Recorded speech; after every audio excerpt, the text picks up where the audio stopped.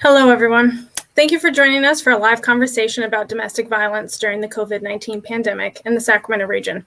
I'm Molly Sullivan, a reporter for the Sacramento Bee.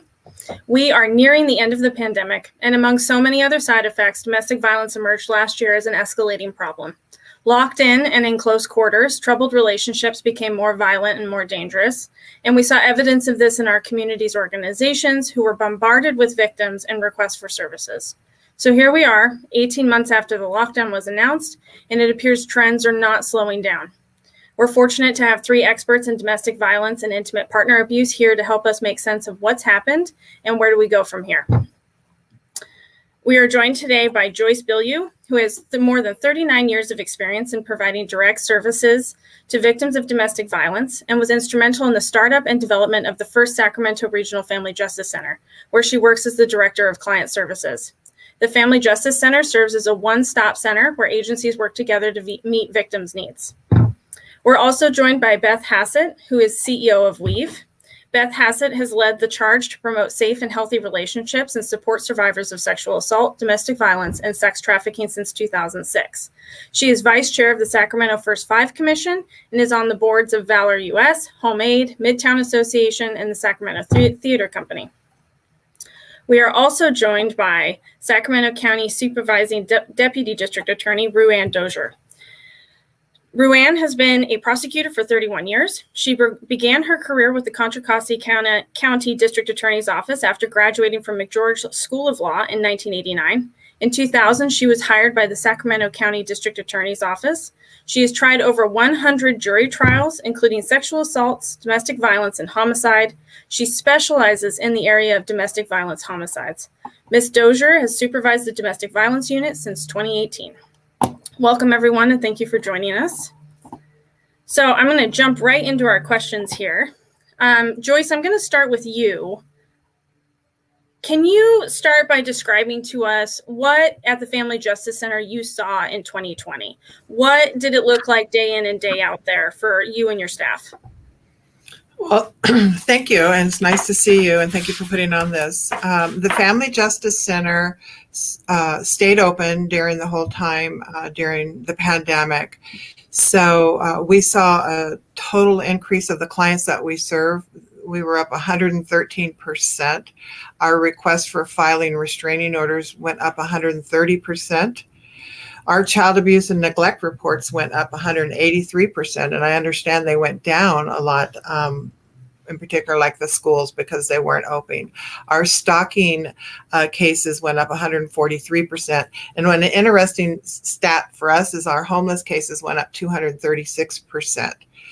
15% of our cases are elder abuse, and our strangulation cases just went off of the roof. And in 2018, we had 198 reported cases of strangulation, and in 2019, we had 302. But then when COVID hit, they went up to 460, and we're not even halfway. We're just now halfway through the year, and we're up to 303 cases of strangulation. So we saw a huge increase in request for services here at the Family Justice Center.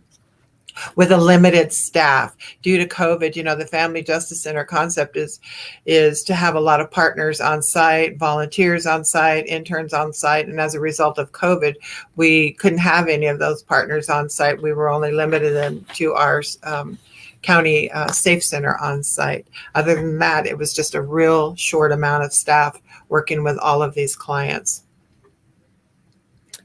Beth, I'll extend the same question to you. Weave is also on the front lines of dealing with domestic violence survivors in the community. What changed for Weave and its staff during COVID, and what did you guys see? I think what we saw was a lot of stalling of cases.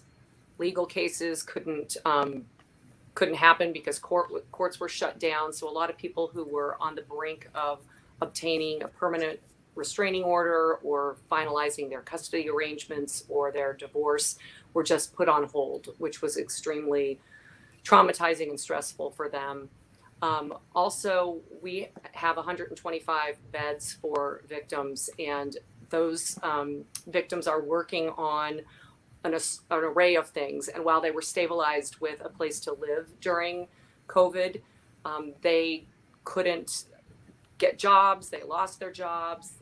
They had no transportation because they weren't comfortable taking a Lyft or Uber. They lost their child care. So just a lot of people just really in limbo. We also saw a lot of isolation and heard from people calling our support line or reporting to their counselors or case managers, just feeling extremely isolated.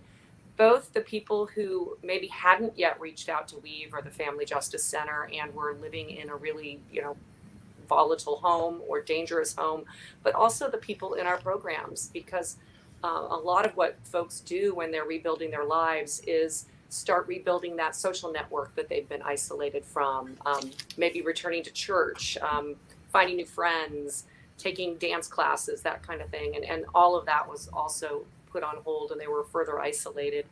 And finally, just a lot of people with no resources. They had lost their jobs. They already were living on the brink. They couldn't lean on family members or friends who in the past would have been able to provide them financial support, because those friends and family also had lost their jobs or were laid off. And just no access to cars. Even buying a used car was difficult during the shutdown because the inventory was so low. There was no child care, no daycare, all of those things. So we saw people with a lot of extra stressors in their lives contributing to a life that already was filled with crisis and trauma. And as Joyce said, just off the hook requests for service. How did your call volume change? Initially, our support line was taking fewer calls because a lot of our calls are coming from partners out in the community who weren't referring people. They weren't seeing clients in person, so they went down. And requests for housing went down initially because people just couldn't leave. They couldn't even seek a safe place to go.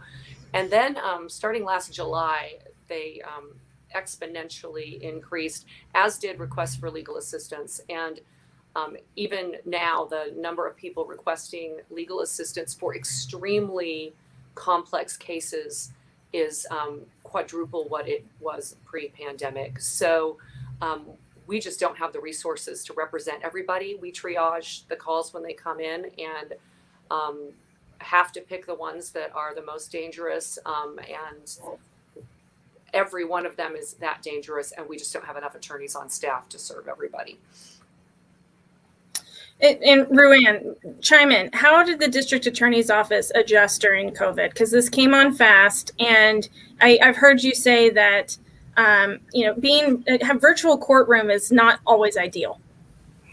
Good morning. Thank you for having the district attorney's office participate in this discussion. So it's important for the audience to know that we don't see a domestic violence case unless law enforcement has been called via 911 and has responded out to the location and taken a report.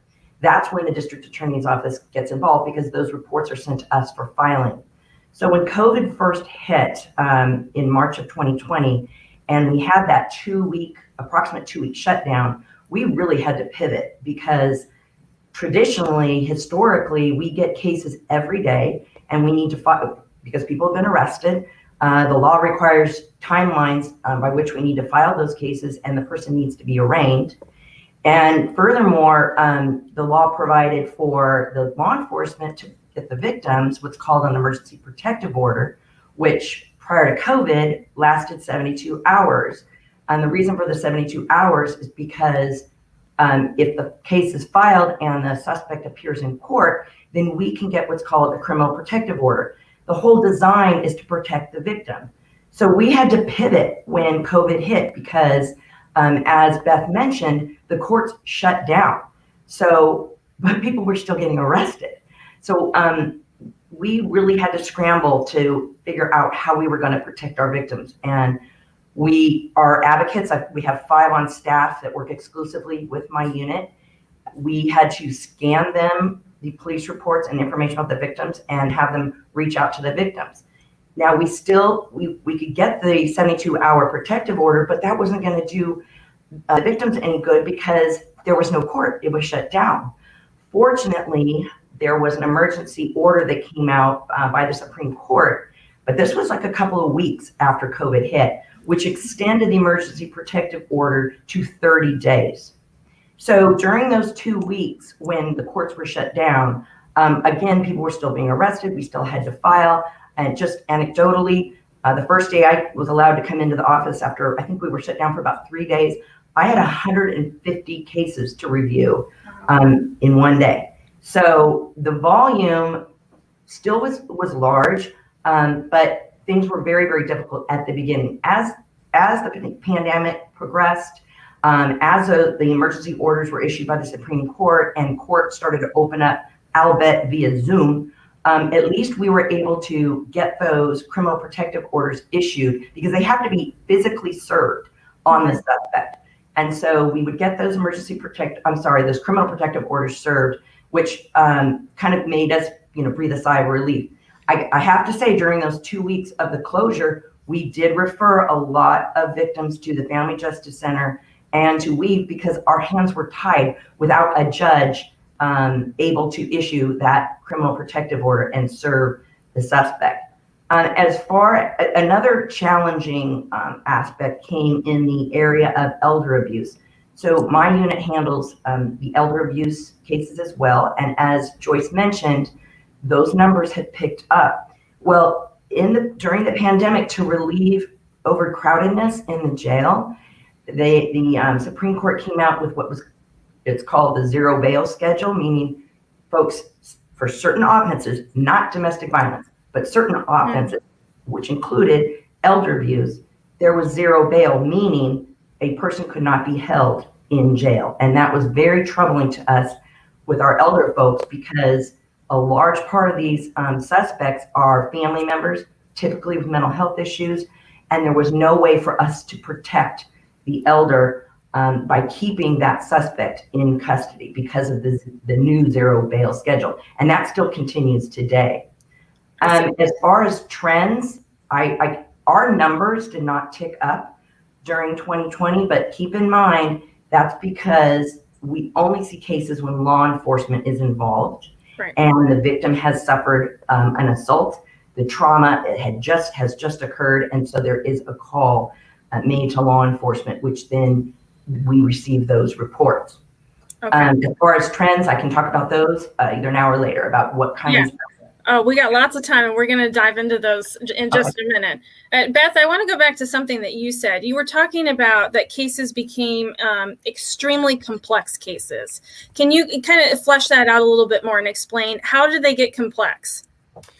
Well, we saw a number of things. One thing was that the abusive partner was using COVID as a weapon against their partner, and we're continuing to see that, claiming that they can't see the children. Usually children are used as a weapon. They can't see the children because of fear of COVID, refusing to get vaccinated or keep the children away from a vaccinated person.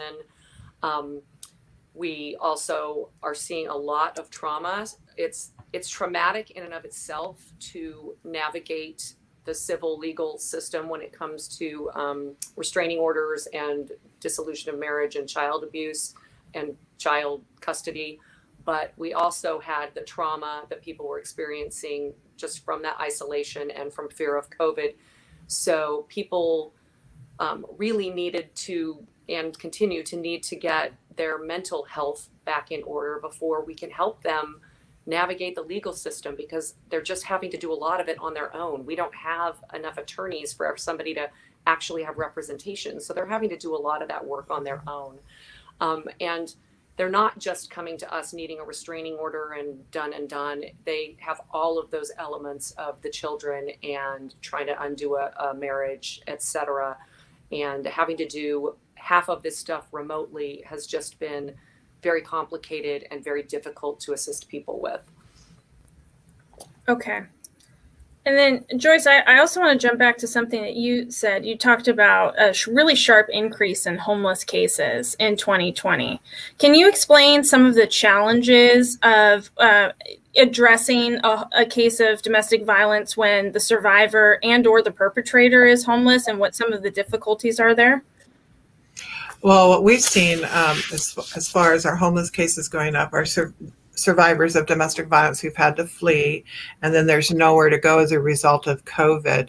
You know, there was limited resources, and the ones that were available were full, or they had their own COVID guidelines. So it was really challenging for victims of, in particular, domestic violence to find safe shelter. We were able to partner with some motels to get some motel vouchers, but then you want to make sure that you're always checking on the victim because they're suffering from so much trauma and depression. You want to make sure that they're okay and their children are okay. You know, just like Weave and the DA's office, as far as trends goes, our cases were probably the most lethal that I have ever worked with in the last 40 years in my field in this career. And we also saw people getting arrested and then turning right around, getting out on bail and then reoffending that same day that they're out and reoffending even more violent. So, you know, there's just so many, just so many barriers for victims of domestic violence as a result of COVID, you know, and thank goodness for, you know, for crisis lines, for programs like the Family Justice Center, who chose to stay open, that people could just walk in. We don't have a crisis line, but we certainly referred to Weave and My Sister's House and other crisis lines so they can get that ongoing support, that 24-hour support. I was really surprised with our homeless cases going up so high in such a short period of time. Yeah, and Ruan, I'll extend that question to you too. What are the challenges in prosecuting a domestic violence case that involves a homeless victim? So, like Joyce mentioned, we did see also an uptick in our homeless cases, and the challenge for us is because, you know, it's our responsibility to prosecute the suspect, and that includes getting the victim to court to testify against the suspect. And so, you know, when we have a homeless couple, and largely they're transient, oftentimes they don't have a working phone, we try to reach out to them immediately, but it's been challenging because, like I said, either we don't know where they are, their phone is not working, they've moved to a different location, and so we are not able to subpoena them to come to court to testify against their abuser, because that's the only way we can provide intervention is through the criminal justice system. So those are the challenges we face, is just locating the victim and making sure they're safe, and then are we going to be able to secure their attendance at court? Okay. And then what Joyce was saying too about that they were seeing instances of people committing an offense and then reoffending within days of that. How much does that add to your caseload, and how much more difficult does that make a case? Frankly, it actually, you know, obviously we don't want to see the victim re-victimized or injured again, but once somebody has been released, commits another offense, the chances of us to argue to the court to either up the bail or not give bail at all increases. So our chances of keeping them in custody, which is key to that intervention, to that they need, you know, to that intervention of keeping the victim safe and allowing us to provide services to her. We did see a lot of repeat offenders, and a little bit off of what Joyce said, what we saw a lot of is very serious offenders who had gotten out of prison for either a violent or a serious crime within a year, and they are committing domestic violence. Oftentimes, if they were released for a domestic violence case, they're committing another domestic violence case on that very same victim. So we saw a lot of repeat offenders. But back to your question, Molly, the more cases we build up, the better chance we have of getting a court to keep the person in custody and allowing us to do our job in the criminal justice system. Okay. And then Beth, it has a pivotal role in helping survivors find shelter for not only themselves and their children, but with social distancing protocols, that becomes difficult. Can you kind of dive into what it looked like and what the processes we've had to go through in order to find shelter for survivors, while keeping in mind all of the COVID protocols that we had to keep in place for safety? We have a large congregate shelter that can house up to 80 people, and then we also have 6 cottages and 8 apartments that are available. So the apartments and the cottages stayed full the whole time, and people were in place in those, and they could socially distance with their own family. Our challenge was our large congregate shelter. At first, we just allowed some attrition. We didn't bring new people into the shelter, and we utilized motels, which is not our usual tactic for housing people. It's it's not optimal. At least we can usually find a motel that has some kind of a kitchenette in it so people can eat. But motels can be triggering if somebody has experienced sex trafficking as part of their domestic violence. But we had to use motels. And that was our strategy until late July of last year, when we came up with a protocol of quarantining people in one wing of the shelter and moving people in, and coming up with a way to start repopulating things. But through it all, we had to be on site providing services to clients. We also serve clients out on the Mather campus. We have 25 families out there, and we never stopped providing them case management and counseling, and just socially distancing and requiring a lot of cleaning and masks like we're all used to. And we've also addresses victims of sexual assault. Can you also kind of dive into what changed in terms of sexual assault during the pandemic? Joyce has noted that some of their cases appeared more violent. Did that extend to sexual assaults as well? The face of what those sexual assault cases looked like completely changed over the last year and a half. It was kind of mind-boggling. Traditionally, about 80% of the cases that we see in Sacramento County are acquaintance rapes. They're somebody known to the victim, a friend, a family member, they're on a date, something like that, or they're hanging out at a party, that kind of a thing. And about 20% are strangers. Well, just in the last 6 months, 41% of the cases that we've seen were stranger rapes, which is just not the norm.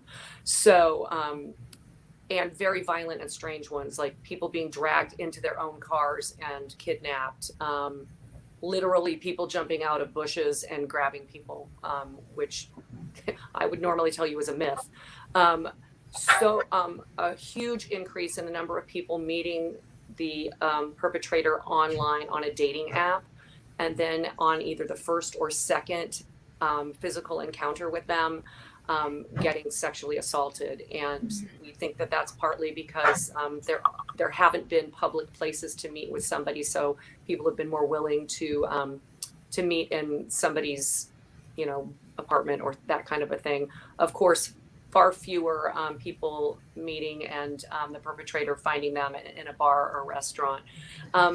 Shockingly, we saw fewer spousal rapes than we would have thought. We would have thought that the isolation would have led to more assaults by an intimate partner in the home, and we did not see that. But and these are only the cases that were reported. We just have no idea what's been going on out there with people who are in fear of reporting to the criminal legal system. But yeah, complete change in the face of sexual assault during the pandemic.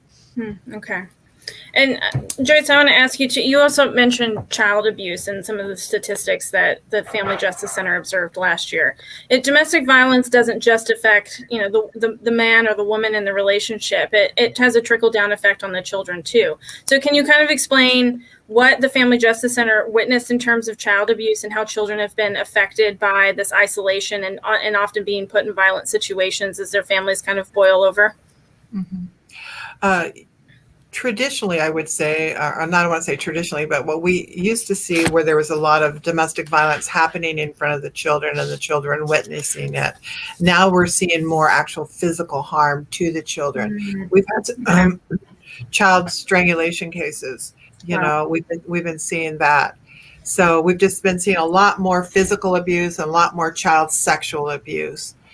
And, Safe Center does the forensic interviews with children here on our site who have been sexually abused, and their caseload has gone up also. So again, it just goes back to the crimes just being more lethal, and not only happening to the adult survivor of domestic violence, but it's happening to the children, and it's also happening to additional family members. Okay. And then just to tie that in, Ruanne, you had previously mentioned the elder abuse cases. Can you kind of flesh out that landscape a little bit more and explain how those elder abuse cases kind of come to your desk and what they mean in the community and how they tie into this overall theme we have of escalating violence? Yeah, I can do that. So keeping in mind, with COVID, everybody was staying at home. There was basically the shelter in place order. So we had families, old folks who were 65 and older that had their adult children either continuing to live with them or returning to the home. And oftentimes, if these adult children don't have a stable home to live in, it's what we have seen. The trend is basically it's because of either a mental health issue or a substance abuse issue. So here they are in the home with their parent who's over the age of 65. And due to those stressors of their mental health issues, their substance abuse issues, maybe they're drinking more, using more methamphetamine more, they start assaulting the person that they're living with. And so those are the cases that we would see. We did not see a whole lot of an increase, I should say, in the caregiver area of elder abuse. That is a form of elder abuse we see, but we didn't see an uptick in caregivers who are not related to the victims being assaultive toward the victims. We also didn't see an uptick. In fact, it kind of got quiet. Financial abuse, that's another form of elder abuse. And oftentimes the abuser is, again, an adult child or a caregiver. We didn't see many of those financial abuse cases, and that probably may be a result of people really not being able to get into banks and the whole banking system being shut down. But the uptick was definitely in people who were living with their parents and they have mental health and substance abuse issues. Yeah. Okay. Hey, Molly, can I chime in on something around just the, absolutely, especially around the child abuse piece of it? Yeah. One of our key interventions is counseling, therapeutic counseling. And that does several things. One, it helps people heal and deal with the trauma and the crisis of the most current situation, and very often, historical trauma from their past. And we continued to offer counseling, but it was virtual, which isn't optimal, but it was what we had to offer. It is almost impossible to provide therapeutic counseling to children in that manner. It's hard enough to counsel children, let alone when you're trying to do it over Doxy, which is the platform that we use. So that was one big hiccup during the pandemic. The other is that a huge chunk of our counseling clients are CPS clients who are working to either keep their children or get their children back. And again, between technology challenges, us taking a month or so to figure out how we were going to do group counseling, which is what we do for those clients, everything just got stalled. So, clients weren't getting the support they needed within the CPS system, and kids weren't getting the counseling that they need. So just another example of people being stalled and cases being stalled and people just not getting what they need to move forward. Molly, may I add something too, please? Yeah. I agree with Beth. How in January, though, we received funding to provide a child therapy program. So we started doing in-person child therapy, and it's been really amazing because we provide the child therapy, but we don't only just provide the child therapy, we provide counseling and therapy for the caregiver of that child, the non-offending caregiver who's with the child. So when someone walks through our door, it's really kind of unique. They get automatically connected to a case manager who's going to work with them on the trauma, safety planning, assessing for danger, and then they're going to get connected to an attorney who's going to help them with a restraining order. And if their children need counseling, then we're able to give them the counseling. When they come in for a restraining order, we're able to do the whole process with them and have been all year. We'll file the restraining order for them. We'll send it over electronically to the court. We'll pick them up. We'll interpret the restraining order for them, and we'll even have the restraining order served. And we've turned one of our rooms here into a mini courtroom for when they come back for their court via Zoom, because that's how the court is doing it for restraining orders. We'll sit in there and support them during that. In addition to the child therapy and the package deal of a case manager and an attorney, we also have a Camp Hope, where we generally will send 24 kids to camp each year. As a result of COVID, we didn't get to do that last year. But we're doing it this year. They're going in August, where we're sending 12 kids this year. And this is an opportunity for kids to be kids. They've been exposed to domestic violence, and they just get to have fun for a week. And we measure hope in that program. So before the kids go to camp, we have an orientation with them this Saturday. We have a tool that we use, sort of a pre-test, if you will, and then we measure it again during camp and then 30 days after.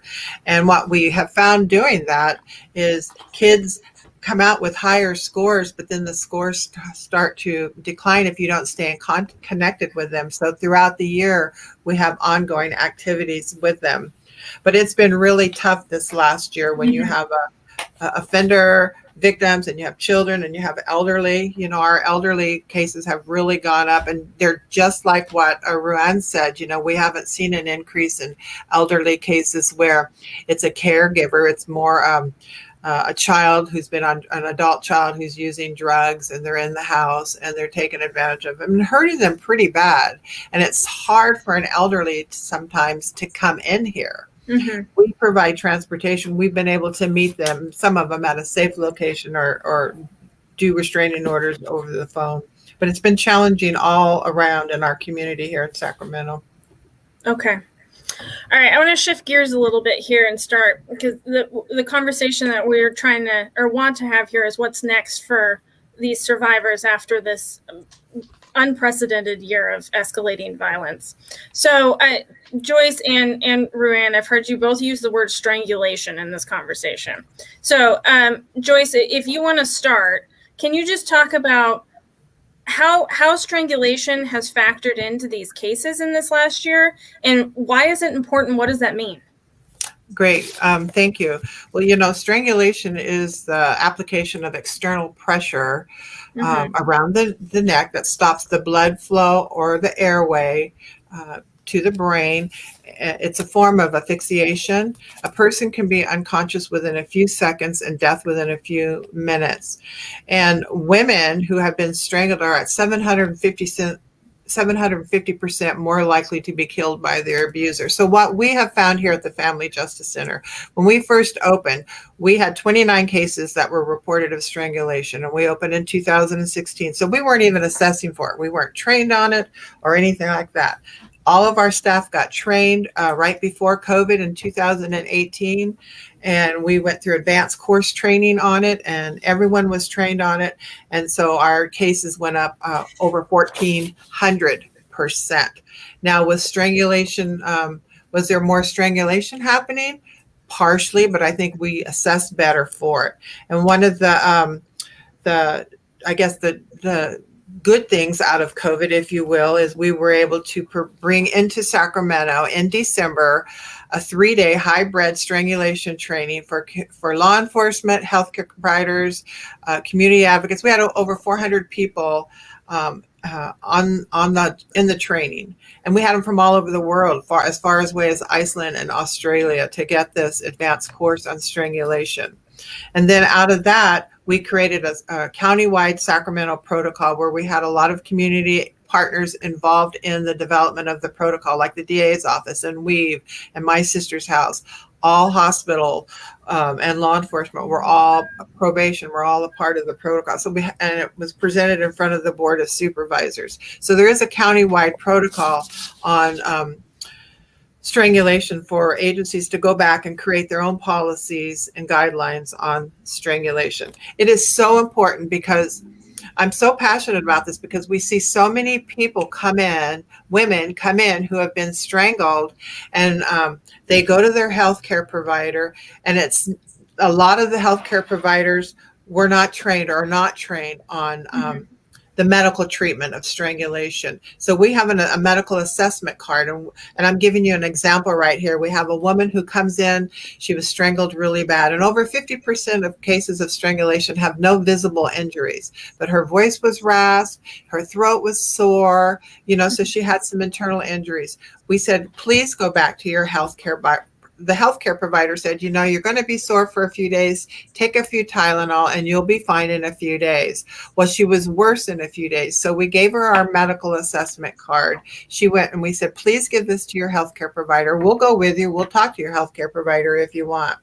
So she took it back, and then the healthcare provider did give her the CTA scan that she needed and found that she had some really serious internal injuries. And if not caught, she could have had a stroke.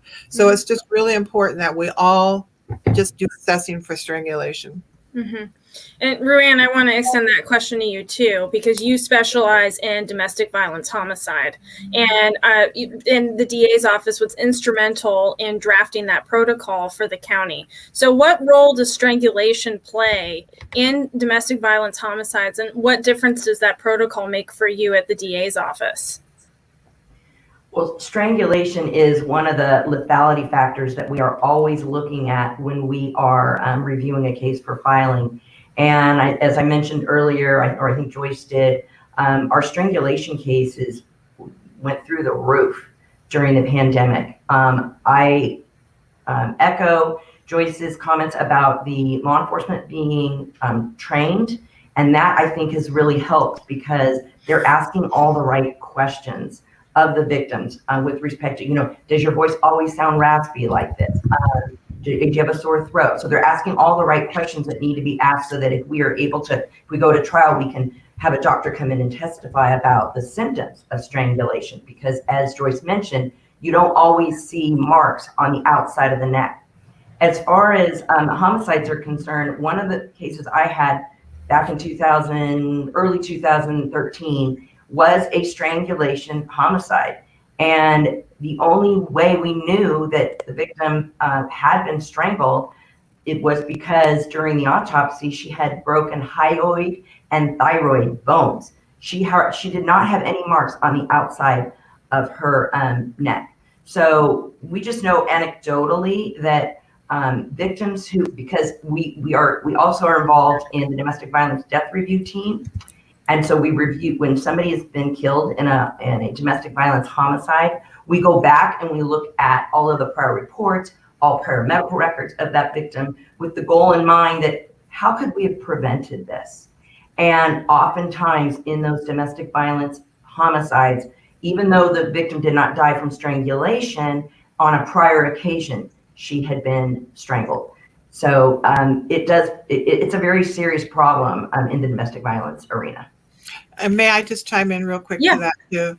In addition to that, I serve on the domestic violence death review team, and and I've been on it for many, many years. One of the things that we have found in over 90% of those cases, those individuals who died were in the process of leaving and trying to make it out alive, and or someone in the community or the family or friend knew that something was going on and really didn't know what to do.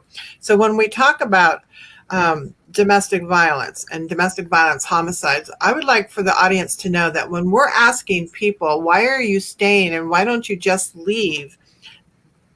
By just saying that statement, it kind of re-victimizes them, making them feel somehow they're at fault because they can't avoid the abuse. Leaving is the most dangerous time. Individuals are at greater risk of getting seriously hurt or even killed in that process of leaving. And then when we ask them to go get a restraining order, that just kind of raises the risk thermometer on that too. So the more control they take in their life, the more out of control they're liable to become. We were lucky enough to train, not only do the 3-day hybrid training, but we've been doing training to 911 dispatchers and to law enforcement and healthcare providers on strangulation and 5 questions to assess for danger. The goal here is to be able to train a 911 dispatcher to look for high risk domestic violence cases, including strangulation, where they could put it into the CAD call, and that law officer will know ahead of time that there's weapons involved, there's a history of maybe strangulation, this person is in the process of leaving. So these kind of 5 high risk factors could save officers' lives and can save victims' lives. Well, and Molly, I think another thing that Joyce brings up that I just want to put a punctuation point on. Leaving isn't one act. It's not getting in the car and driving away. Exactly. It's a process that a survivor goes through. And I think one of the big things we saw during this whole pandemic is that process got stopped along the way. So we had a lot of people who were doing all the right things, had all the dominoes set up so that they could safely leave or safely stay gone, and they just got everything just stopped in the middle of it through the court system, through their access to resources, all of those things. And I think that as we move forward as a community, first of all, we're having to pick up those pieces because the courts are still backed up and people are still on waiting lists to get therapy and are still on waiting lists to get housing, et cetera, et cetera. They still don't have their jobs back.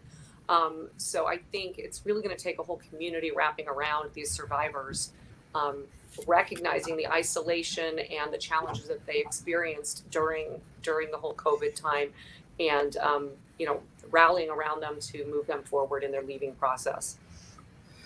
Yeah. Thanks for adding that, Beth, because that segues very nicely into my next question about safety planning. So safety planning is a big part of a domestic violence relationship and helping protect survivors in the event that they want to leave or in the event that they want to stay safe in their relationship.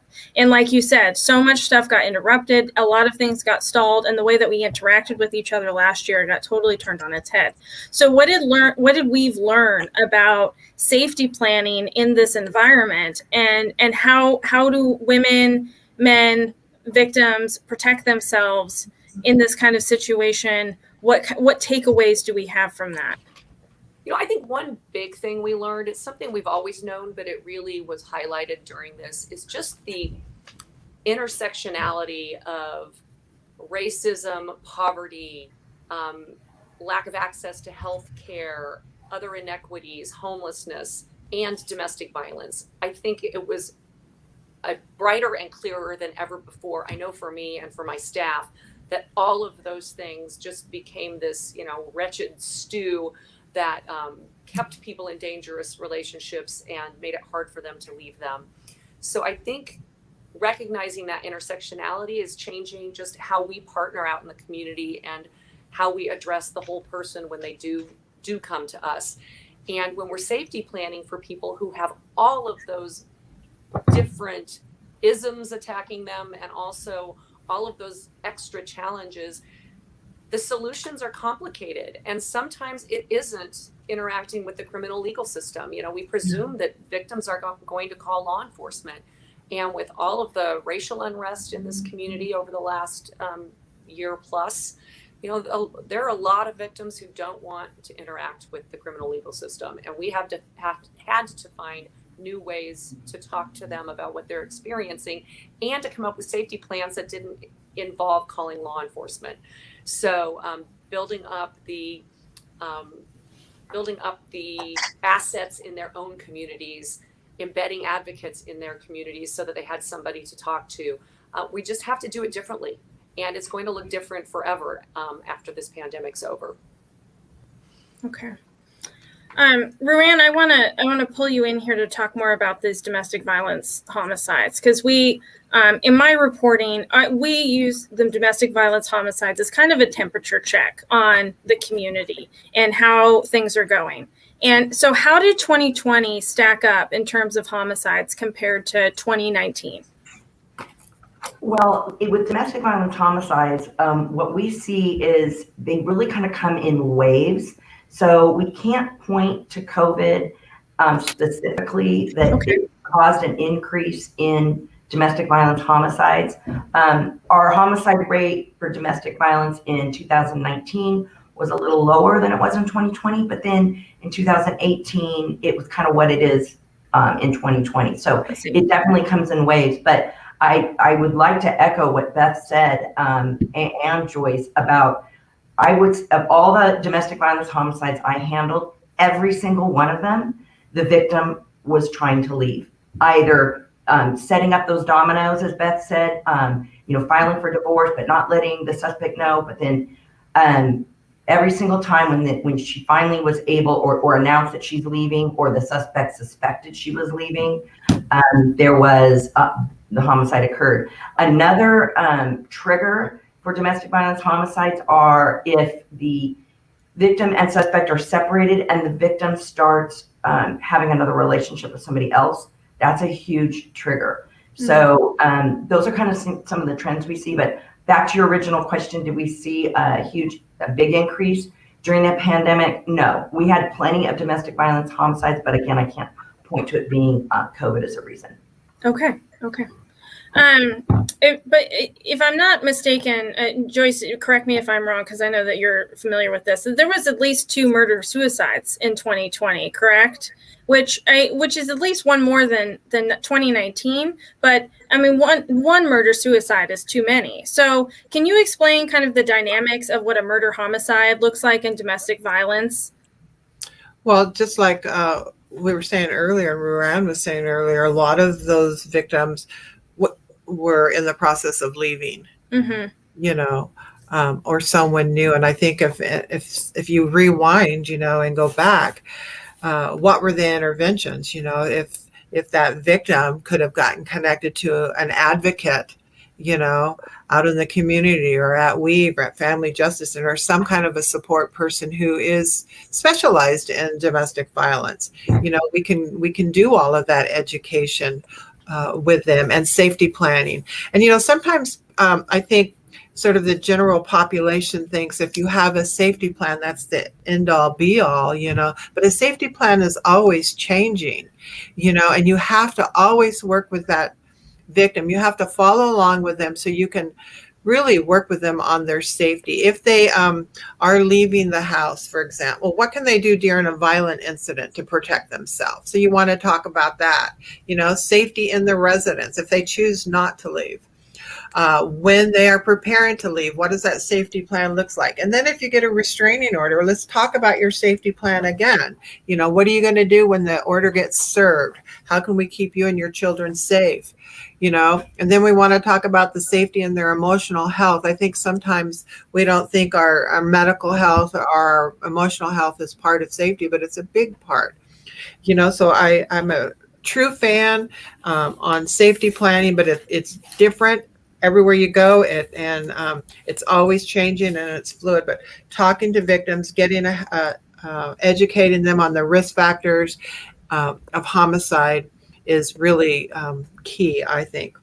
I do want to chime in though. Let me just add one more thing. Sorry, Beth. One more thing here too. Sometimes it's quite often it's not about staying or leaving the relationship. For someone who is in this, quite often it's about living or dying, So you got to take that into consideration. Sometimes we're so righteous and tell victims, I'm concerned about your safety. You should get out of this relationship. But then we need to think about, where do we want them to go, and can we connect them to an advocate?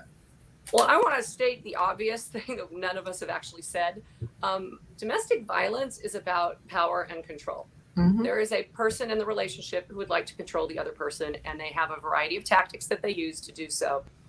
A murder-suicide is the ultimate statement of power and control. It's, if you're going to leave this relationship, I'm going to kill you, and I'm going to kill myself as well. And that's the ultimate control over our relationship. Mm-hmm. Both of us are dead. So ultimately, if somebody wants to completely control somebody and kill them, they're going to do it. And what Joyce said, safety planning is great, but ultimately it comes down to a perpetrator making a choice to end the life of another human being. Exactly. And same with strangulation, that's when a person is being strangled, that perpetrator is telling that victim, I have the power right now to kill you if I want. They're the ones who have the power and control over that victim. Okay. And can I chime in? Can I bring up something that we haven't talked about yet? We've talked a lot about the victims, but I also want to address what we do with the offenders. Okay. So it's not as if we go to court and convict the person, they go off to jail and we're done. That's not our end goal. Our end goal is to provide not only the victim services, but the offender. We want to stop the cycle. And so when the law allows, when somebody is convicted or pleads guilty of domestic violence, they're required to attend a 52-week batterers treatment program. And so they go through that program and they learn not only about the trauma they had in their childhood and how to deal with it when there are triggers because of that trauma, but how to build a more healthy relationship. So we're constantly trying to look for ideas and approaches to helping the offender and helping this family become healthy again. Yeah, go ahead, Joyce. Yeah, I was just gonna say, for any victims that are out there, survivors that are out there, for them to really reach out to someone that they trust, or to reach out to Weave or the Family Justice Center or the DA Victim Advocate's Office, my sister's house, really reach out to someone because that could save their life. And I also wanted to mention the staff, all of the individuals working, the advocates working with survivors, in particular during COVID. You're hearing story after story after story after story in an 8-hour day. And these stories are horrific, and it does take a toll on staff. So to always remember the self-care for all of our staff is so important. We saw so much turnover, as did agencies throughout the state. A lot of people saying, I can't absorb any more trauma. And I just can't do it anymore. It's an ongoing problem in our field, but I think COVID really exacerbated it. Yeah, that brings me to kind of a point I want to close with here as we start to wrap up our conversation.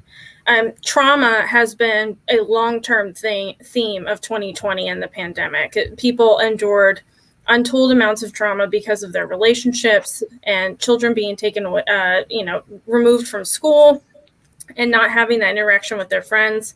And so if each of you would care to chime in on this, what do you think the long-term effects of that kind of trauma is in our community? How is it bubbling up in your organizations and the work that you do with victims and their families? And Ruanne, we'll start with you if you don't mind. How does that kind of trauma bubble up in the court system, in prosecutions, and in the cases that you see? Well, we see that oftentimes the victims don't want to come to court and testify because it literally is like being re-victimized. They have to come and they have to tell what happened to them, and then they're subject to cross-examination by their abuser's attorney, who, that attorney has to do their job. And so it's challenging for us to try to explain that to our victims and try to explain the court process that, the Constitution has many protections to protect the accused, and not so many to protect victims. And so getting them to the table to understand that, it can be challenging, but thankfully we have some wonderful victim advocates who have been doing this for many, many years, and they are able to explain it in a very straightforward way and really get the victim to feel maybe not 100% comfortable, but at least comfortable with the idea of having to come to court to testify. Just knowing that victim advocate is going to be sitting there either next to or in the courtroom with the victim when he or she testifies is huge. And I will comment that the staff challenges that Joyce had and that Beth had, we had the same. I mean, we didn't have any turnover, but I know our advocates were drained, and they still continue to be drained. Okay. Beth, how about you jump in here? Trauma. How does the community grapple with the trauma that we incurred in 2020? Well, I want to start by saying that we've surveyed our clients, and what we know is that separate from the pandemic, people who experience domestic violence and get services at Weave have much higher ACEs scores, adverse childhood experience scores, than the average population. So they're already coming to us with extra trauma in their background history. What we're seeing now is, on top of that, they've got the trauma of COVID, of all of those inequities in their lives on top of that. So that's definitely impacting their ability to move forward in their lives. And when it comes to prosecution and them showing up in court, or even in the civil system of getting a restraining order, trauma, we can go into brain science, but not here. Trauma affects your brain and your ability to even tell a cohesive story that law enforcement or a judge or a jury can understand and believe. So it filters through the entire process of getting out of a relationship, recovering from that relationship, and moving forward. Mm-hmm. All right, Joyce, as we go back to school and we start going back to our work and we're returning to our extended families, how do you see this trauma playing out long term? Yeah, I think one thing really good about Sacramento is that we do have some really great community partners, the ones that are on here and others who are really trained in trauma. So making sure that those victims get connected to individuals who are trauma informed. It's hard when a victim has been, like Beth said, their ACE scores are really high, and then they come in and that trauma has been even more intense. How do you expect them to sit in front of a lawyer who maybe isn't trained in trauma to say, oh, give me a date of your most recent incident, and then the date before that and the date before that, when all they can think about is maybe what's going on at this moment. So if you're trained in trauma, you can really help facilitate that process for those victims. I'm really proud of Sacramento. Like other communities, we've had our really share of trauma. And I think as all of us go forward, we keep talking to each other and communicate. We have a unique situation here in Sacramento. We all have a good relationship with the district attorney's office and with each other. And so that is unique. Unlike years ago, it wasn't like that. Child advocacy programs were different from DV programs. Sexual assault and DV were different. No one wanted to talk to the DAs or law enforcement, but we all pretty much work pretty good together. Okay. Well, that just brings us to the close of our conversation. And I'm super grateful that we had Beth, Joyce, Ruanne. Thank you so much for joining us today and sharing what you know. This has been super valuable, not only to me, but I hope for our readers as well.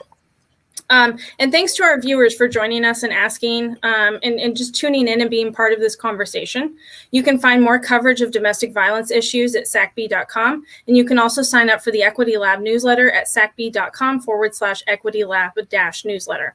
My name is Molly Sullivan, a reporter for the Sacramento Bee. You can support our work covering this issue and support community conversations like this by subscribing to the Bee. Just go to sacbee.com/subscribe. Have a good morning, and thank you so much.